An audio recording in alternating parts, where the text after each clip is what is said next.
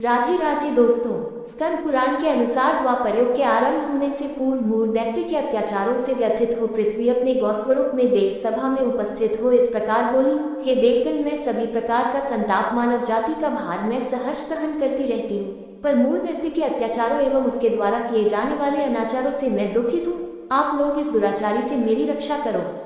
गौस्वरूपा धरा की करुण पुकार सुनकर सारी देव सभा में एकदम सन्नाटा सा छा गया। थोड़ी देर के मौन के पश्चात ब्रह्मा जी ने कहा, अब तो इससे छुटकारा पाने का एकमात्र उपाय यही है कि हम सभी को भगवान विष्णु की शरण में चलना चाहिए, उनसे प्रार्थना करनी चाहिए। तभी देव सभा में विराजमान यक्षराज सूर्यवर्चा ने अपनी ओजस्वी वाणी में कहा, हे देवगण, मूर दैत्य इतना प्रतापी नहीं जिसका संहार केवल विष्णु जी ही कर सके। हर एक बात के लिए हमें उन्हें कष्ट नहीं देना चाहिए।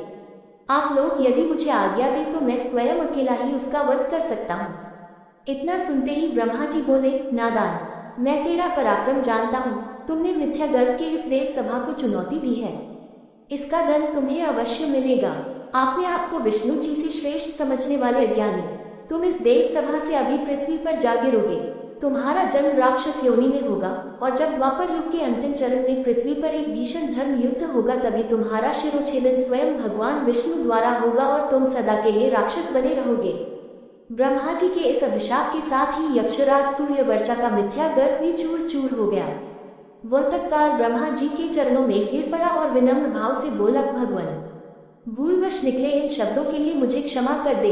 ये सुनकर ब्रह्मा जी में करुणा के भाव उमड़ पड़े। वह बोले, वत्स, तूने अभिमानवश देवसभा का अपमान किया है, इसलिए मैं इस अभिशाप को वापस नहीं ले सकता हूँ। हाँ, इसमें संशोधन अवश्य कर सकता हूँ कि स्वयं भगवान श्री कृष्ण तुम्हारा शिरोच्छेदन अपने सुदर्शन चक्र से करेंगे। देवियों द्वारा तुम्हारे शीश का अभिषेचन होगा। फलतः तुम्हें कलयुग में देवताओं के समान पूज्य बनने का वरदान पाने का सौभाग्य स्वयं श्री कृष्ण भगवान से प्राप्त होगा।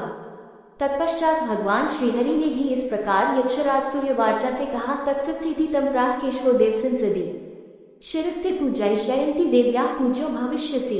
भावार्थ, उस समय देवताओं की सभा में श्रीहरि ने कहा, के वीर, ठीक है, तुम्हारे शीश की पूजा होगी और तुम देव रूप में पूजित होकर प्रसिद्धि पाओगे।